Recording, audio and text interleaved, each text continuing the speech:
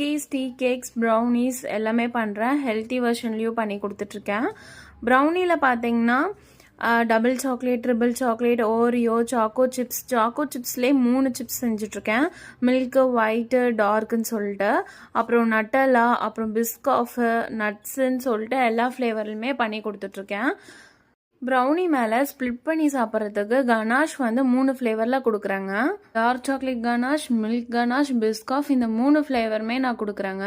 இது இல்லாமல் ஹெல்த்தி வெர்ஷனில் ராகி வித் நட்ஸு, ராகி வித் ப்ரௌன் சுகர், அப்புறமேட்டுக்கு வீட்டு, இந்த மாதிரி மில்லட்ஸில், இந்த மாதிரி ஃபுல்லாக ஹெல்த்தி வெர்ஷன்லையுமே பண்ணி கொடுக்குறோங்க.